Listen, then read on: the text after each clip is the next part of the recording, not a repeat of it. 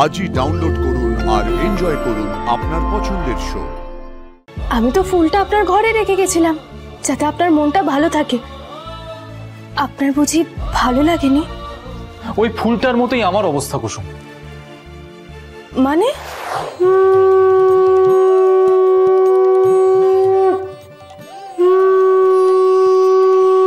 এই নাও, এটা সাথে রেখো মা, কাজ ছাড়া করবে না। এবার বাড়ির কোনো সদয় মহিলা এসে ওদের কপালে তিলক কেটে দেবে। ইন্দ্রাণী,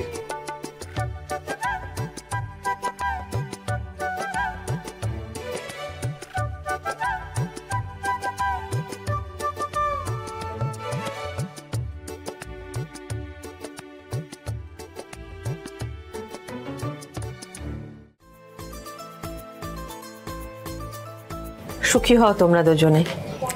নারায়ণ পুজো হয়ে গেল মানে কিন্তু বিয়ে শুরু হয়ে গেল। ঠাকুর, তুমি তো সবটাই জানো। জানো যে আমি কোন ধর্ম সংকটে পড়েছি। একদিকে ছোট সাহেবের সঙ্গে আমার বিয়ে হয়ে গেছে, আর অন্যদিকে এখানে রাতুল সাহেবের সঙ্গে আমার বিয়ের রীতিনীতি আজ তোমার পুজো দিয়ে শুরু হয়েছে। এরপর আমি কি করব তার রাস্তা তুমি আমাকে দেখিয়ে দাও। আজ তুমি যা চাইবে আমি তোমায় তাই দেবো কুসুম। বলো কি চাও? দেখো, সুযোগ পেয়েছে না, বড় কিছুই হাঁকাবে। আরে আমি তো ভয় পাচ্ছি লাখ লাখ টাকা না চেয়ে বসে। শঙ্কর, তুমি বলো কি চাই, বলো। যা চাইবে তাই দেবো আজ। আমি কিছু চাই না, শুধু শুধু একটা অনুমতি চাই।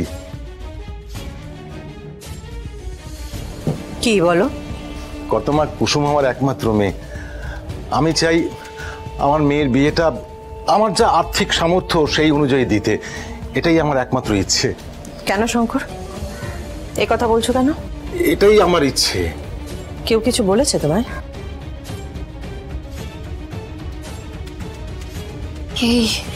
এই ড্রাইভার আবার আমাদের নাম বলে দেবে না তো? ওদের বলি না, শঙ্করদা যদি আমাদের নাম বলে দেয় তাহলে কিন্তু কুসুমের না আমাদের আগে বিদায় করবে দিদি। তুমি ওদের দিকে দেখাচ্ছ কেন? কে কি বলেছে তোমায়?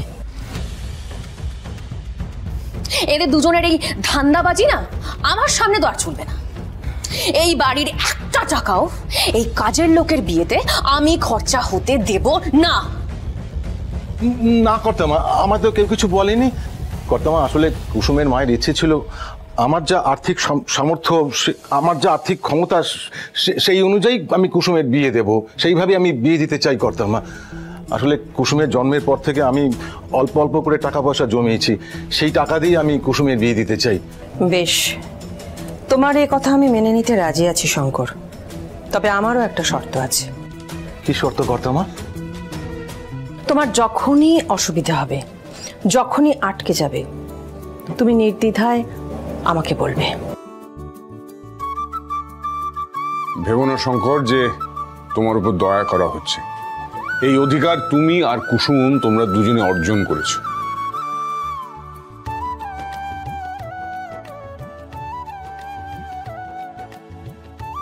এবার আমি আসি।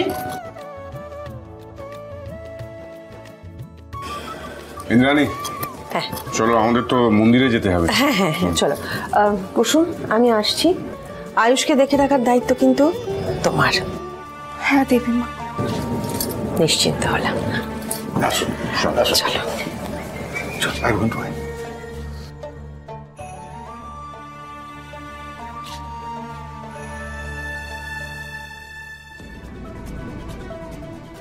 কি সুন্দর লাগছে কুসুমকে, এক অদ্ভুত মায়া আছে ওর মুখে।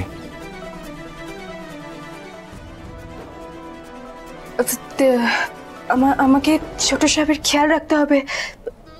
দেবীমা আদেশ দিয়েছেন, আমাকে যেতে হবে।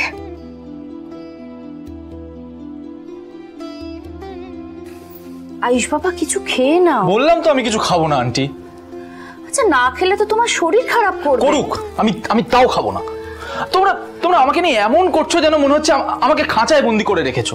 আয়ুষ স্যার, একটু কিছু খেয়ে নিন, ম্যাডাম আমাদের উপর দায়িত্ব দিয়েছেন।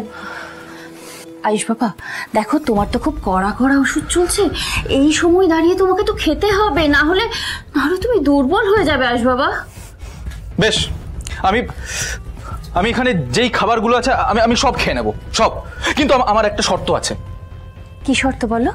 আমাকে যদি তোমরা বাড়ির বাইরে বেরোতে দাও তাহলেই আমি এগুলো খাবো, না হলে খাবো না।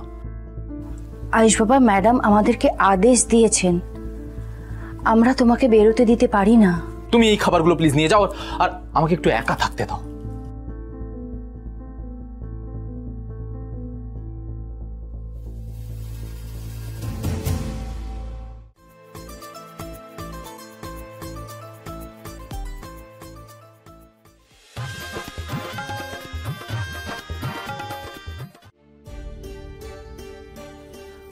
কুসুম, কুসুম তুই বেরোচ্ছিস?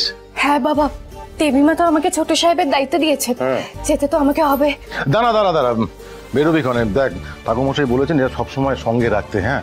আর ধর ধর ধর, আর বিয়ের আগে বেশি বেরোতে বারণ করেছে। আচ্ছা তুমি চিন্তা করো না, আমি বাইরে যাব না। আর কদিন পরে বিয়ে, অনেক কাজ বাকি আছে। ঠিক আছে, এটা তুই সবসময় সঙ্গে রাখিস, হ্যাঁ। আমি বেরোলাম। বাবাও না, এখন এইসব নিয়ে বাড়ির কাজ আমি কিভাবে করব?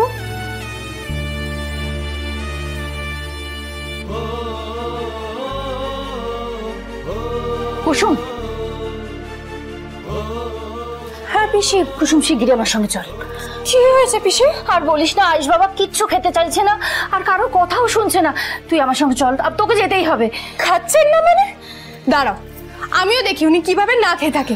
চলো।